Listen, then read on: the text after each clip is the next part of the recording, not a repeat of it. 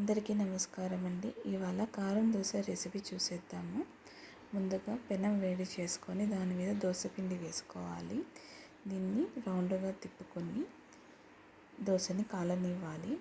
ముందుగా నేను కారం పొడిని ప్రిపేర్ చేసి పెట్టుకున్నాను. దీనికి కావాల్సిన ఇంగ్రీడియంట్స్ 2 టేబుల్ స్పూన్ పల్లి పొడి, 1 టేబుల్ స్పూన్ కారం పొడి, 1/2 టేబుల్ స్పూన్ సాల్ట్. ఈ మూడు ఒక బౌల్లో మిక్స్ చేసుకొని ముందుగానే పక్కకు పెట్టుకోవాలి.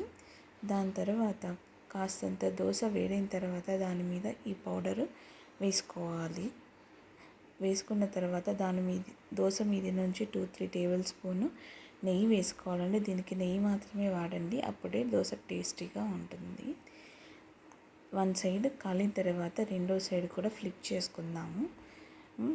ఎందుకంటే కాస్త పచ్చిగా ఉంటుంది, తినాలనిపించదు. రెండో సైడ్ కూడా ఒక 2 మినిట్స్ దాన్ని రోస్ట్ చేసుకోవాలి. ఈ దోశని మీరు మీడియం ఫ్లేమ్లోనే రోస్ట్ చేసుకోండి, అప్పుడే దోశ క్రిస్పీగా ఉంటుంది. ఈ కారం దోశకి దోశ క్రిస్పీగా ఉంటేనే టేస్ట్గా ఉంటుంది. ఇప్పుడు రెండో సైడ్ కూడా కాలిన తర్వాత ఫ్లిప్ చేసుకొని ప్లేట్లో పెట్టుకోవాలి.